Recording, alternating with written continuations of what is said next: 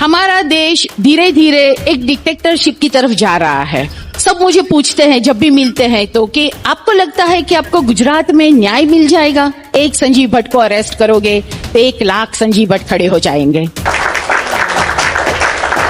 आज तक मैं बेल के लिए घूम रही हूँ, sessions court, high court, supreme court, bail नहीं मिल रहा। 2002 गुजरात में बहुत गंदे दंगे हुए थे, हजारों लोग मारे गए, हजारों औरतों के रेप हुए। इससे पूरा देश हिल गया है, हमारी पूरी संस्थाएं हिल गई है, फिर चाहे वो जुडिशरी हो, पुलिस डिपार्टमेंट हो, administrative department, election commission, CBI, जो भी हो, सभी ये बेस पे आजकल नाचने लगे हैं।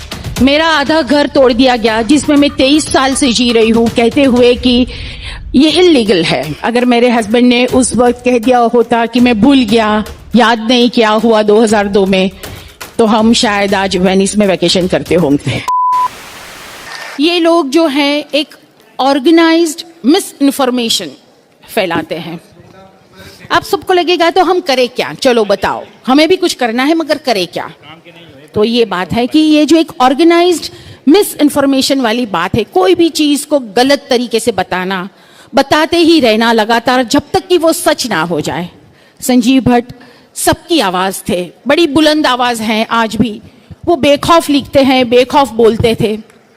आज अगर वो थोड़े वक्त के लिए हमारे बीच में नहीं है तो हमें उनकी आवाज बनना है। उसी निडरता से, उसी तरह से हमें ये सरकार को और संजीव भट्ट दोनों को तसल्ली देनी है कि अगर एक संजीव भट्ट को अरेस्ट करोगे तो 1 लाख संजीव भट्ट खड़े हो जाएंगे। Grid and fear, punishment and reward, ये चीजों पे ये सरकार चलती है। जैसे कुछ भी उनके पसंद का नहीं हुआ, फटाक से पनिशमेंट। अगर किसी ने भी गलत तरीके से उनका फेवर में किया तो तुरंत रिवॉर्ड। ये बहुत डेंजरस चीजें होती है। ये सुनने में जितनी सिंपल लगती है उतनी होती नहीं।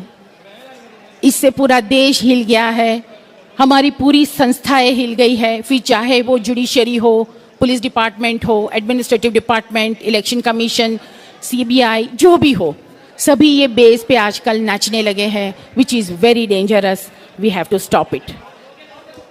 मेरे हस्बैंड हमेशा कहते हैं कि ये लड़ाई मेरी ही है या मेरे परिवार की ही है, ऐसा नहीं है। ये लड़ाई हम सबकी है और ये लड़ाई कोई 1-2 पॉलिटिशियंस के सामने है वैसी भी नहीं है। This battle is against the ideology, एक आइडियोलॉजी के खिलाफ है, फिर वो चाहे किसी की भी हो। फासिज्म वाली आइडियोलॉजी नहीं चलेगी। So we have to fight that ideology, इकट्ठे एक साथ। ये गवर्नमेंट को कोई क्वेश्चन करे वो पसंद नहीं और ये आंसरेबल तो है ही नहीं। तो हमें ऐसा माहौल करना है जहां हम बेखौफ होकर उनको क्वेश्चंस कर सके कि ऐसा क्यों और ऐसा क्यों नहीं। आज हम लोग सब डर में जी रहे हैं। इसको फोन करे तो डरते, हमारे फोन टैप हो रहे होंगे, ये खाना चाहिए, ये नहीं खाना चाहिए, ये पहनना चाहिए, इसको मिलना चाहिए, इसको नहीं मिलना चाहिए। अफसोस डर रहे हैं कि भाई रेड करे तो प्रॉब्लम, रेड ना करे तो प्रॉब्लम, राइट्स करवाएं तो प्रॉब्लम, राइट्स रोके तो प्रॉब्लम, गिरफ्तार करे तो problem. Total state of confusion. किसी को पता नहीं है एग्जैक्टली कि चापलूसी के सिवा और क्या करे तो हम ठीक तरह से अपना गुजारा कर सके। मैं श्वेता संजीव भट्ट, ये नाम मैं हमेशा बहुत गर्व से लेती हूँ। मेरे हस्बैंड एक आईपीएस ऑफिसर हैं। यहाँ हम सब लोग जो भी आए हैं, अलग अलग फील्ड के लोग हैं, अलग अलग जगह से आए हैं, मगर एक चीज़ कॉमन है, हम सब कंसर्न्ड हैं। हम सबको दूसरों की तकलीफ महसूस होती है, वो तकलीफ के लिए कुछ करना चाहते हैं। हम लोग ऐसे एक डेंजरस टाइम से गुजर रहे हैं कि जहाँ कोई भी आवाज़ जो उनके साथ सहमत नहीं होती हो, a voice of dissent, a voice of reason, उसको दबाया जाता है। लॉ हर एक के लिए एक होना चाहिए। यूजुअली सब मुझे पूछते हैं जब भी मिलते हैं तो कि आपको लगता है कि आपको गुजरात में न्याय मिल जाएगा? पहला प्रश्न। दूसरा प्रश्न, आप ये लड़ाई लड़ रहे हो तो आपको डर नहीं लगता? ये दूसरा प्रश्न है। दोनों के जवाब मैं क्या दूं ये सोचती हूँ। लड़ाई है, जस्टिस की है, हस्बैंड की है, लड़नी है, सबके सपोर्ट के साथ लड़नी है, डर के नहीं, बहुत बिंदास होके लड़नी है, बेखौफ लड़नी है। हमारा देश धीरे धीरे एक डिक्टेटरशिप की तरफ जा रहा है और हाइट ये है, सैड बात ये है कि हम सबको पता भी नहीं है कि हम इस दौर से गुजर रहे हैं और ऐसा होने वाला है। सब गुम हैं, फोन्स यूज कर रहे हैं, इंटरनेट यूज कर रहे हैं, मूवीज जा रहे हैं, क्योंकि हमें ये नहीं छूता। ऐसा मत सोचिए, जो चीज आज दूसरों के लिए प्रॉब्लम है वो आप लोगों के साथ कभी भी हो सकती है। सो इकट्ठे रहिए, साथ रहिए, हर एक चीज को डिटेल में समझने की कोशिश कीजिए। आप यूथ हैं, सब कहते हैं कि आप फ्यूचर हैं इंडिया का। मैं कहती हूँ कि आप प्रेजेंट भी है इस दुनिया का। तो आपके कंधों पे बहुत ज़्यादा जिम्मेदारी है सिस्टमेटिकली, बहुत सही तरीके से। Silence the brave voices of reason and dissent, उसमें से एक बुलंद आवाज़ मेरे हस्बैंड की भी है।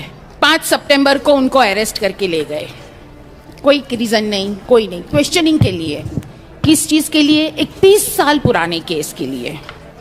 आज तक मैं बेल के लिए घूम रही हूँ, sessions court, high court, supreme court, bail नहीं मिल रहा। एक अफसर जिसने पूरी ऑनेस्टी से काम किया था, एकदम ईमानदारी से वो उन्होंने सब कुछ किया, मगर आज संजीव भट्ट और उसका परिवार लड़ रहे हैं। ये क्यों हुआ? थोड़ा पीछे चलते हैं। 2002 गुजरात में बहुत गंदे दंगे हुए थे, हजारों लोग मारे गए, हजारों औरतों के रेप हुए, बच्चों को आग में झोल दिया गया, काफ़ी लोग बेघर हो गए, बहुत बुरा माहौल था, महीनों तक ये चला। My husband was chief of intelligence then in the Gujarat police. हम सब लोग तब चुप रहे, हम सब ने कुछ नहीं किया, आवाज़ नहीं उठाई। उसका आज ये नतीजा है। एक कम्युनिटी के लोगों को उस वक्त एक साइड कर दिया गया था और पूरा गुजरात शांति से देख रहा था।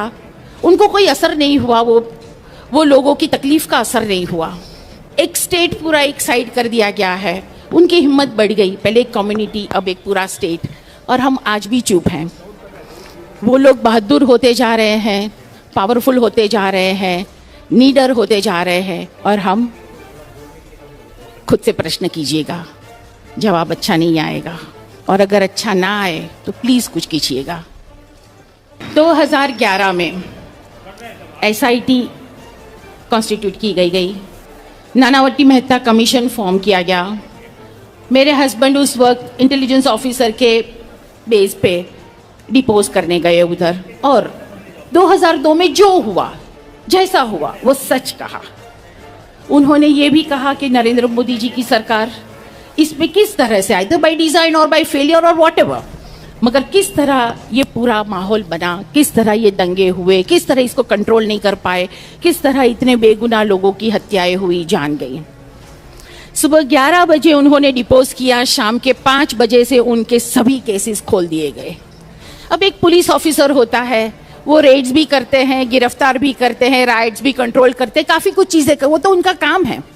अगर वो हर एक चीज़ का, कोई भी बंदा बाहर निकल के कहे कि मुझे पुलिस ने चांटा मारा, मैं केस करूँगा, मुझे ये राइट में पकड़ा गया, मैं केस करूँगा, और सरकार उसको सपोर्ट करे, ये बात हो गई।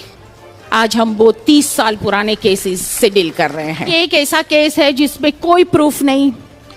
अडवाणी जी ने यात्रा निकाली थी 30 अक्टूबर 1990 में। उस वक्त मुलायम सिंह ने शायद उनको डिटेन किया था और लालू जी ने गिरफ्तार किया था, if I am not mistaken. और उस वक्त उन्होंने भारत बंद का ऐलान कर दिया। सभी जगह दंगे हुए, riots were there in the entire country almost. और मेरे हस्बैंड की पहली पोस्टिंग थे, कुछ 24 साल के हुए होंगे वो तब, हार्डली। उन्होंने ना ये किसी राइटियर्स को गिरफ्तार किया है, ना किसी को इंटरोगेट किया है, ना ही किसी की कस्टडी उनके पास थी। उनका तो वो ज्यूरिसडिक्शन भी नहीं था। उनको वहाँ स्पेशल ड्यूटी में खाली ऑब्जर्वेशन के लिए भेजा गया था। मगर आज 30 साल के बाद जब इन लोगों को संजीव भट्ट चुभने लगे, ये उनका जो डिपोजिशन था, उनकी जो एफिडेविट थी, जिनमें उन्होंने माइनॉरिटीज़ की साइड ली थी, वो चुभने लगी, तब उनको परेशान करना शुरू कर दिया। उनके सामने काफ़ी केसेस लगाए गए, हमारी सिक्योरिटी बिल्कुल घर से निकाल दी गई।